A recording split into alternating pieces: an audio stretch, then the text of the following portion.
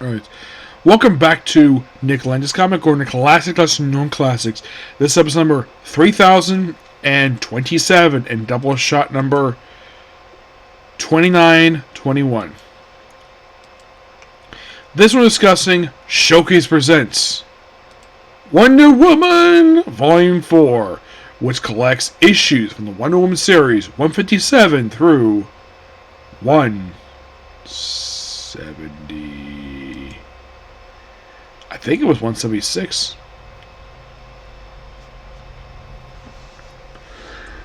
If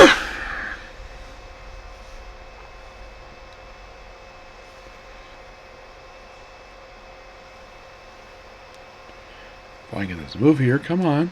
Come on. Come on.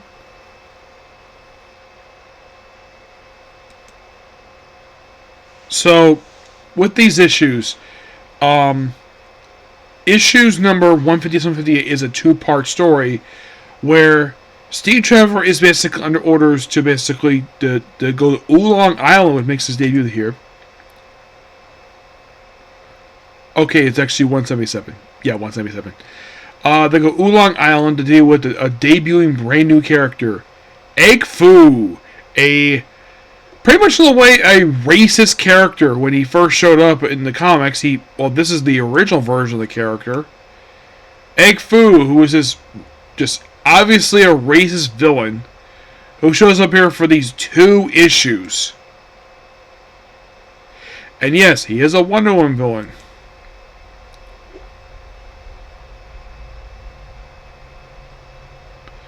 Yeah, and he gets killed off in his very next appearance.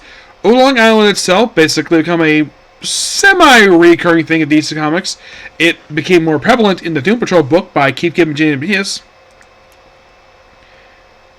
But that's kind of in the way what these two issues are. By the way, the issues called I Bomb, and the second one is called The Fury of Egg Foo. Now, 158 does feature the final ever story of the Wonder Woman family, because after this, there's no more Wonder Woman family. Yeah, they pretty much retired the story, which you would think, oh, thank God, they finally retired it. And then, of course, basically, we get some more interesting stuff here. Next, we have the Golden Age, or the secret of the Golden Age secret of Wonder Woman, where we kind of have basically the origin story of Wonder Woman, Earth 1 anyways.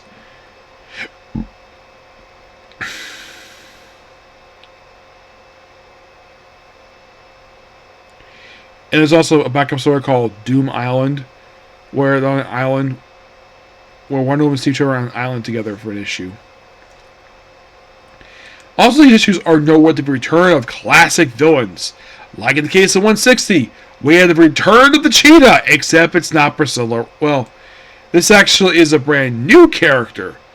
We have Priscilla Rich. Yes, we have the return of the Golden Age version of the character. Actually, no, this actually is the Earth 1 version of the character. Yep.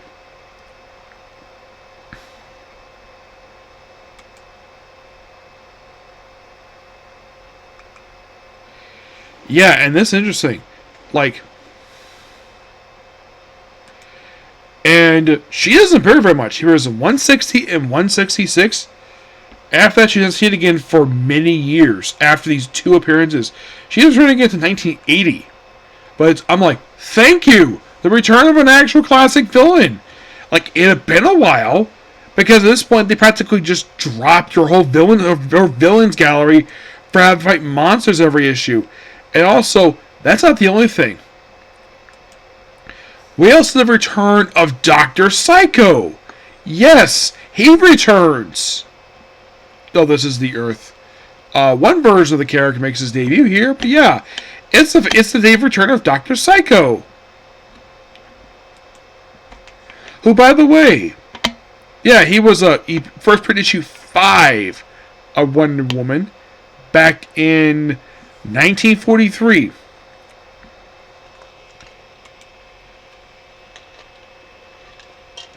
Which, the last time he ever appeared in a comic book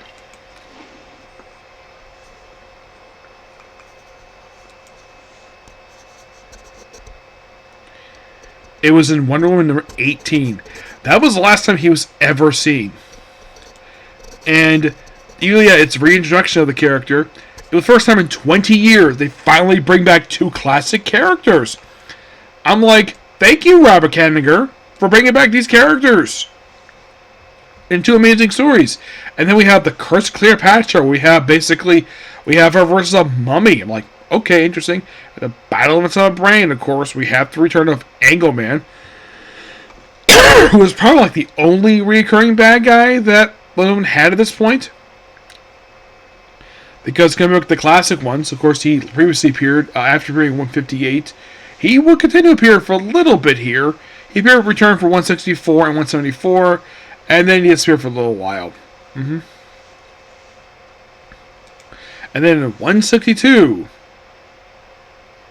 we have, well, the Starling Secret of Diana Prince. It's a revisit to like the original Diana Prince character. I think this comic here was the debut of the Earth 1 version of the character. Yes, this is the debut of the Earth 1 version. This is actually the first time since the Golden Age that the original one she appeared once or twice. She did return also for issue 177 and DC Comics Special Series number 19. The backup story is as a return of Mr. Blizzard. And he just basically a minor ice villain who made his debut in this very issue. The reason he's going to return because if you heard of he was a Golden Age character who only fought Wonder Woman once back in issue 29, which came in 1948. This is the first time in 18 years the character had appeared. And Mr. Blizzard would actually show up also in issue Just Like America. Yes, that would be his very next appearance. Was it a flashback? Yeah, he basically worked with a bunch of ice villains. And then he made one appearance in the 80th anniversary special. And that was it for him. It's like, oh, good. We're like, I guess Robert Kanigher must have been told, hey, could you reintroduce these classic characters from the Golden Age? People probably begging us to do. So it's like, okay, we have Cheetah, we have Dr. Psycho, Mr.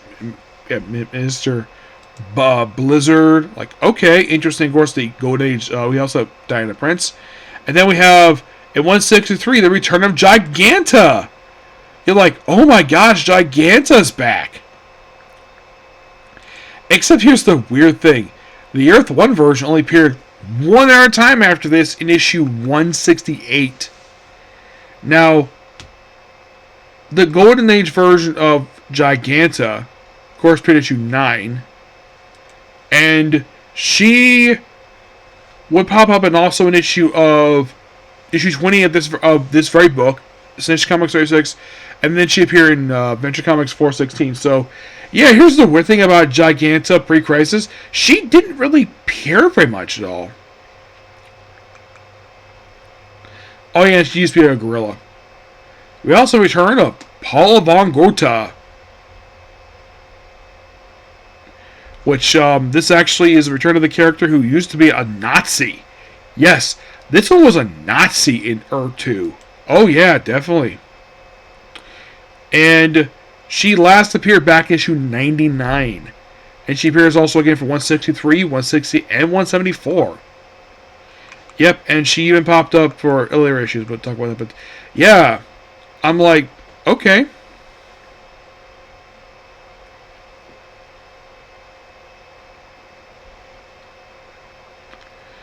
It's like, wow, let's bring in these Golden Age characters. I'm like, that's so awesome. And then we have a one-shot story called One Woman Trader. We'll basically deal with Angleman once again. Like, okay. And then a creature known as Paperman. Oh yeah, Dr. Psycho appears back on feature, but you're thinking, wait a minute, Nick. Paperman? What the heck is Paperman? It is a guy by the name of Horace Terzo who becomes Hitman. He does only appear in this. It's a guy who transforms into paper. And you might be curious, does he appear again after this? Oh God, no. This is a one-shot character. Then we have another Eggman, the sinister scheme of Egg Foo. This is a one-shot appearance of Egg Foo the Fifth, who gets killed off. It's like, yeah, basically like, hey, did I destroy it already? Nah, I'm a completely different guy. No, I killed you. And of course, you have an appearance with the cheetah. Like, okay. And then we have the Secrets of Taboo Mount and the Strange Power of the Lasso. Yeah, Boy opens to face mountain people in the backup story. It's okay.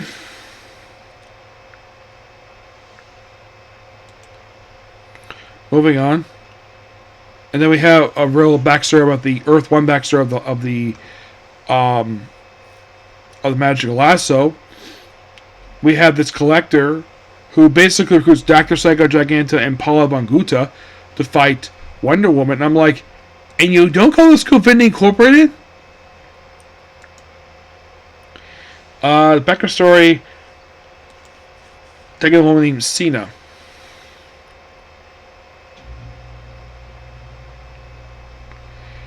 And she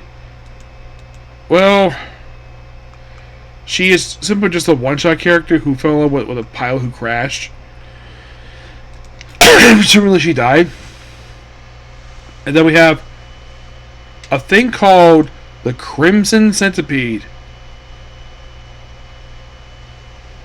Yes, a centipede alien who appeared only twice. Because after this, he has now returned again to the late Bronze Age. The backup story is basically, it's like, oh, let's have Wonder Woman go on a date with General Gordon to make Steve Trevor jealous. In 170, it's Wonder Woman versus Dr. Psycho once again. And the backup story is Space Gorillas. Yes, Space Gorillas. In 171, basically, it's the return of Mouse Man. Yep. Fights Mouse Man once again in his last appearance for years until he pops up again in Wonder Woman Black and Gold number 5. Yeah. Fights him here in this 2-story one. And moving on to issue 172.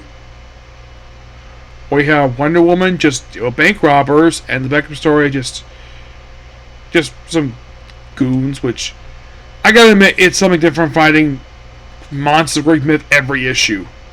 I mean, after a while, I mean, it's nice, but do it all the time. Probably basically drain the people basically read this book. Then we have debut of a character named Tanya in the Darling Deception. Yeah, she was a character who only appeared once and never again. Backup story is Wonder Woman Finding Aliens. Again. So like, Nick, you're basically getting bored with this stuff? Well, then Steve Trevor basically becomes Patriot in issue 174. Yeah, he becomes Patriot for an issue. At one point, he later became a guy called himself Wonder Man. He does that in 174. And backup story deals with something called the Air Devils. In 175, it's Wonder Woman versus herself. Yeah. Her evil twin. In 176, it's deals with gunmen. And then we have a issue where Supergirl guest stars. Yes, Supergirl guest stars. With basically dealing with this guy called Cosmos, who only appears in this just a one-shot character. But it's nice to see somebody outside of the Wonder Woman cast. Oh, and here's something interesting though. This issue 177 is noteworthy for the only issue of all the issues not written by Robert Kanigher. Who wrote this one? Batman co-creator Bill Finger wrote this one. You're like, really? Bill Finger wrote this book? Yeah, he did. You're like, no wonder why it felt so different. Yes.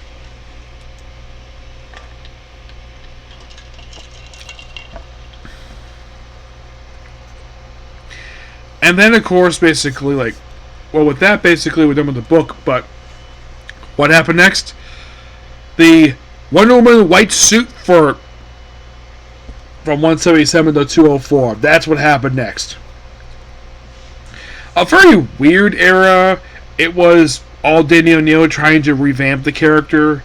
And I guess after a while, they went back to basically what Wonder Woman was known for doing. So, yeah, new and hip.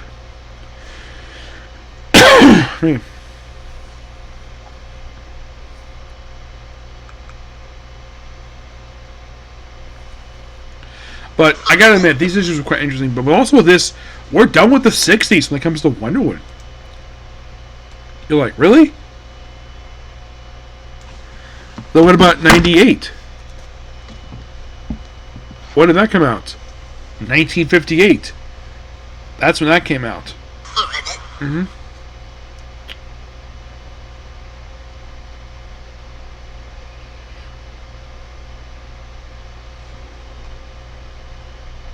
Yeah. So, basically, in a way, Wonder Woman the Silver Age is completely done. There's nothing else left to review for Wonder Woman Silver Age. Because after this, she actually enters the Bronze Age earlier than anybody else does. Yeah, it gets a revamp, and then basically goes, well, after a few years, goes back to what she was doing before. What she was known for. Mm-hmm. I'm going to give Showcase Presents Wonder Woman Volume 4. I'm going to give it a surprising 9 out of 10 because I feel like a tremendous improvement of previous issues. Because one thing I love about these issues is they brought back the classic villains that Wonder Woman's known for having over the years. And I'm like, thank God. It took them long enough. Yep. But we're not done just yet. No. We actually have one more comic left to talk about here. And that being Manhunter Volume 4 by Mark Andrego. Yes. Which collects issues 15 to 23 of the book. It's called Origins.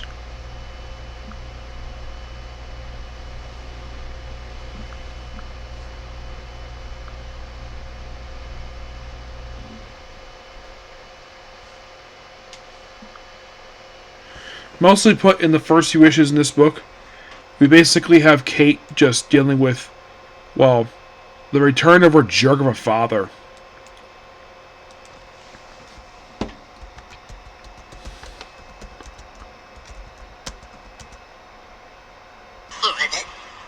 Yeah, and by the way, by issue 19, they have a time skip. Yes, so it's a multi-issue story. Mark Andrego does pretty much all the stories in here. But you have multiple artists on this one issue. I mean, what's the whole really point of why this issue's got multiple stories? I don't really know. I mean, is there a special reason? Let's see, 24 plus 12, that's 36. Plus 15. Maybe it's the 51st issue of the series. It's possible. We have Javier Pina doing costume drama. The suit is Steven Savosky. You have Sean Phillips doing the gauntlets, and the staff is basically Rags Morales and Sean Morseberg. Yeah, the whole thing with the opening story here, it's all basically about Kate Spencer's suit. And it was a Dark Star, and it's like various different characters related to this one. Mm-hmm.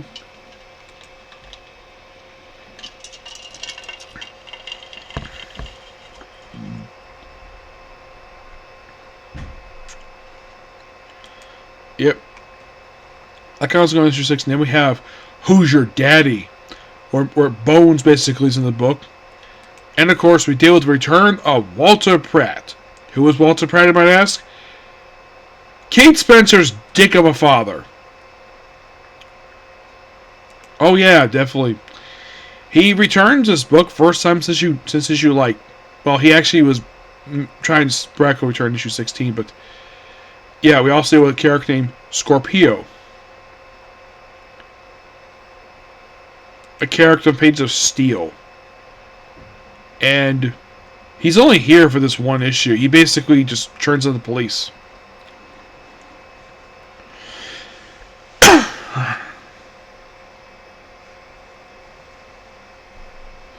So it's like, yeah, Walter Pritt basically just tries to kidnap his own grandson, so Kate has to be her own father. He eventually just gets killed off here. And despite his last name being Pritt, Al Pritt is not his father. Nope. That was a lie set up by, well, it's revealed because there's a trial going on and Dr. Mid-Nite basically is involved in it. So she has basically to do something for her that's unrelated to the case they're working on. Take a blood sample to find out who her real, figure her family tree. And he does. He actually finds out who she's related to. And she finds out her grandmother is none other than Sandra Knight, the original Phantom Lady, and Ted Knight's cousin, as part of a retcon by DC Comics, despite the fact they're published by different companies. Sandra Knight was originally published by Quality Comics. So as soon as she found out that Sandra Knight was her grandmother, she pays her a visit. And she's like, oh, you must be my granddaughter. And of course, basically, she was Phantom Lady. And we know who her grandfather is. It's not Al Pritt. Nope. It's Iron Morrow. You know, the original Roy Thomas character from the Young LS series. Yep. And she also mentions, oh yeah, Sandra, you have a great-grandson. This is your great-grandson, Ramsey. Like, the fact that they get along really well. And there's also a subplot here where Damian Michaels, who is Kate's partner in her law firm, and get this, he is dating, because he's gay, he's dating Alan Scott's son, Todd Rice. And at one point, Alan Scott shows up in the issues. This is, of course, after they finished whatever session they were doing when they were sleeping together. And, of course, basically, he sends his son a message. What the message is not revealed in the book. Why is Alan Scott here talking to Todd? Because Jay got killed in the Thanagarian War, but she came back because of Blackest Night. And, of course, basically, Sandra does reveal to Kate that she does have a cousin. She reveals that Ted Knight is her cousin to her. The fact she's got a really interesting family tree. Yes. And so, basically, that's the issues in a nutshell. I gotta admit, basically, having the Phantom Lady here is quite interesting. And also, like, that beats some guy up who shows up at Kate's house.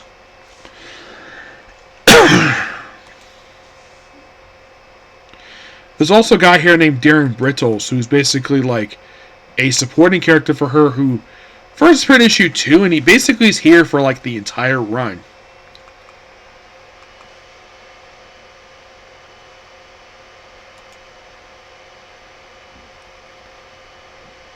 And there's also Peter Rubinson, who is Kate Spencer's ex-husband. By issue 23, his second child is born, Violet. Yep. 23 was also when basically the whole thing of when she found out who basically her grandmother is, Sandra Knight. And also, get this. You gotta love this. So in these issues, in the post-time skip issue 20, she fights Sweeney Todd. And the character is an adaptation from the novel. Like, they basically brought the serial killer from the original story. Yes, the same character who was later played by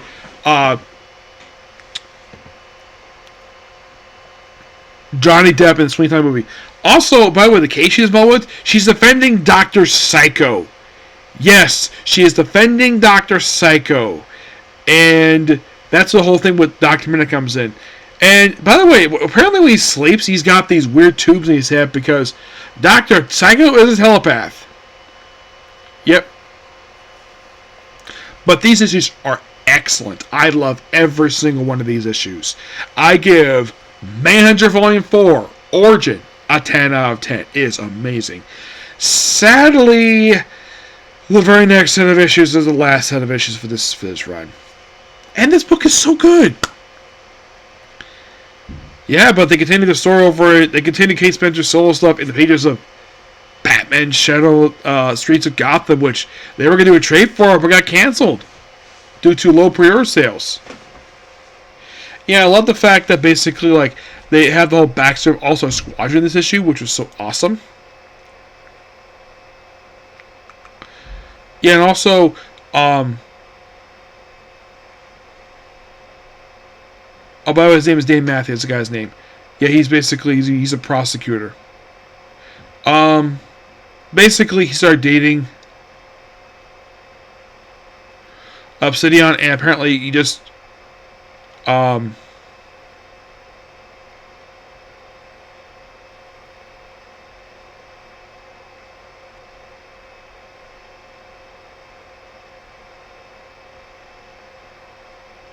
but still good stuff here. In case you're curious, though, like, does Danny return after the book wraps up? Does he appear in any other book? He does. He does appear in Batman Heroes of Gotham when the book wraps and issue World War III.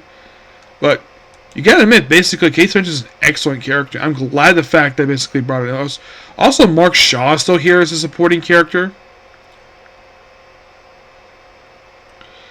Yes, he is. He's basically kept here as a supporting character in the book. No. Thank you. Yeah, and he's, well, after his whole thing of being a killer, really a brainwash thing, he's here for pretty much the whole run. Yeah, he basically was appearing in the book, starting issue number, I kid you not, with issue 7, and he's here for pretty much up until, like, toward the very end of the book. I mean, for the Flashpoint reboot, does he appear in any comic book after this? Like, once the book wraps up, what does he do after that? Honestly, nothing. Yeah, he does nothing. Though he does return in their plot. I'll discuss about it next time. But yeah, great books. So, next time, talk about these two books. For Wonder Woman, it's going to be a short amount of issues for her, not like 20 like I do here. In the case of Manhunter, it'll be the last 8 issues of the book. And what's going to be next? When I finish this one, I'm going to do Blue Beetle next, because I really want to cap up Volume 2. Yep. But yeah, that's particular review. Please be sure to like, comment, subscribe, turn notifications, and do not hit the dislike button. Next up, basically, is going to be, well, Blue Exorcist. Okay? Thanks, you. Bye.